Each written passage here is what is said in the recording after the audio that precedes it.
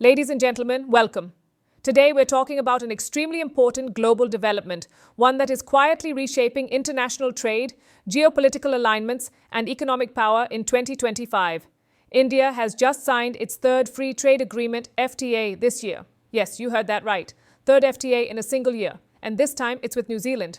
Now, if you've been following Western media closely, especially outlets like Bloomberg, you may have noticed headlines like India wins third free trade deal of the year, and you might pause for a second and think, wins? Isn't a free trade agreement just something that gets signed? How exactly is that a win? That's the real story today. Because this deal is not just signed, it is strategically won. And by the end of this video, you'll understand why even New Zealand's own opposition parties are calling this deal unfair, because India benefits more than New Zealand does. That alone should tell you something.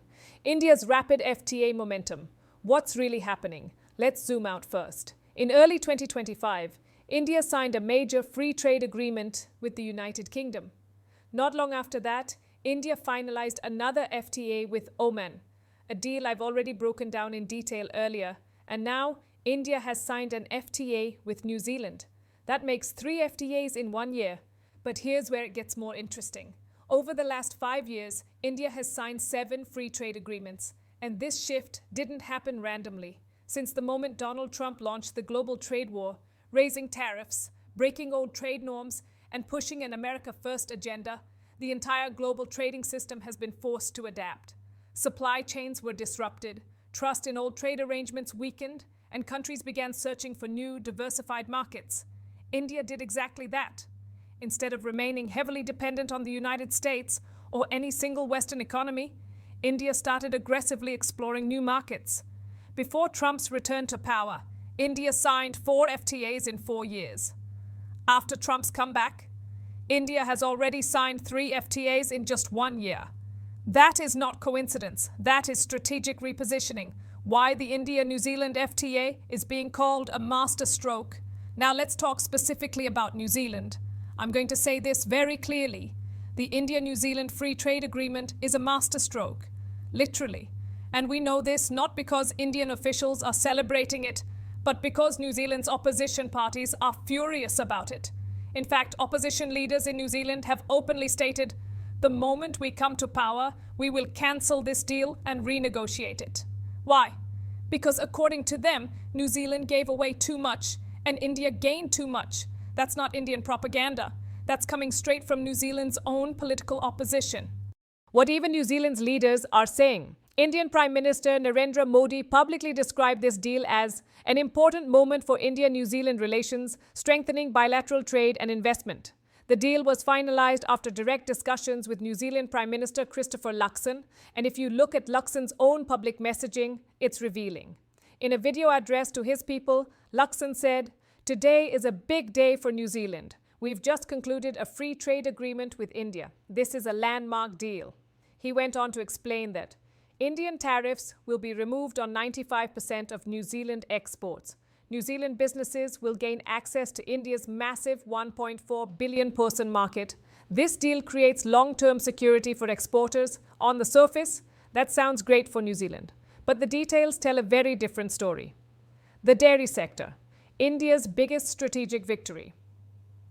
Let me explain the single most important reason why this deal overwhelmingly favors India. India did not open its dairy sector. This is critical.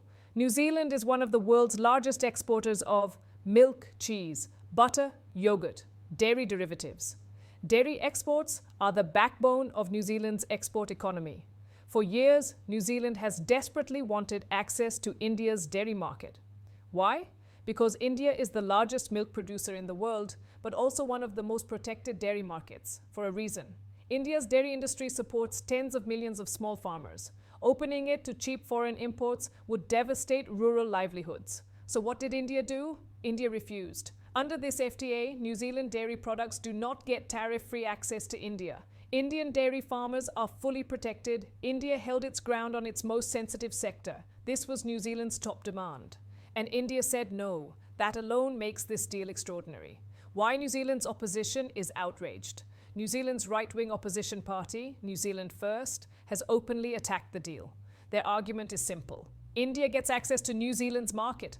Indian products can enter New Zealand with zero duty. But New Zealand's most valuable exports, dairy, remain blocked from India. In their words, this deal is neither free nor fair. Sound familiar? That's the same language Donald Trump uses.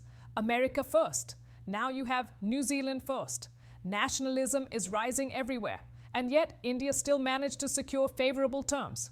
That tells you how strong India's negotiating position has become. 100% duty-free access for Indian exports. Here's the real masterstroke. While India protected dairy, New Zealand removed tariffs on 100% of Indian exports. Let that sink in. Every Indian export category, manufactured goods, textiles, pharmaceuticals, engineering products, chemicals, gets zero duty access into New Zealand. India-New Zealand trade already stood at around $2.4 billion last year. With this FTA, trade is expected to rise to $5 to $7 billion. There's a $20 billion investment clause over the next 15 years. Skilled Indian workers will gain easier access to New Zealand, yes. Immigration benefits India too. That's another reason New Zealand's opposition is angry. India's growing consumption power. This deal sends a powerful global signal, even when India refuses to open key sectors like dairy, sugar, onions, edible oils, spices, agricultural staples. Countries still line up to sign FTAs with India. Why? Because India's domestic market is exploding. 1.4 billion people. A rapidly expanding middle class, rising per capita income, massive consumer demand. Even limited access to India is worth more than full access to many smaller economies. That's real leverage. The message to the United States. And now, let's talk about the elephant in the room. The United States.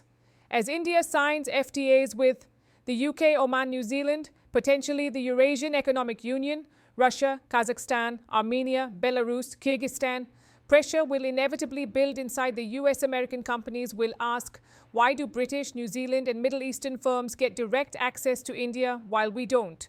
Eventually, US corporate pressure will force Washington to reconsider its stance. India knows this. This is long-term strategic chess. What comes next? There is a strong possibility, though not yet confirmed, that India may soon sign an FTA with the Eurasian Economic Union, led by Russia. If that happens, India will gain preferential trade access across Europe-Asia corridors, further reducing dependence on any single bloc. The direction is clear. India is not waiting. India is not pleading. India is negotiating from strength. Final thoughts. Let me sum this up very clearly for a US audience. This is not just a trade deal. This is economic statecraft. India protected its farmers, opened foreign markets for its exporters, increased global leverage, sent a message to Washington, and proved it can outnegotiate even developed economies. When the opposition in the partner country says, this deal benefits India too much, that tells you everything you need to know. This wasn't just signed. India won it. And the coming months, expect more deals, more pressure, and a much bigger role for India in shaping the global trade order.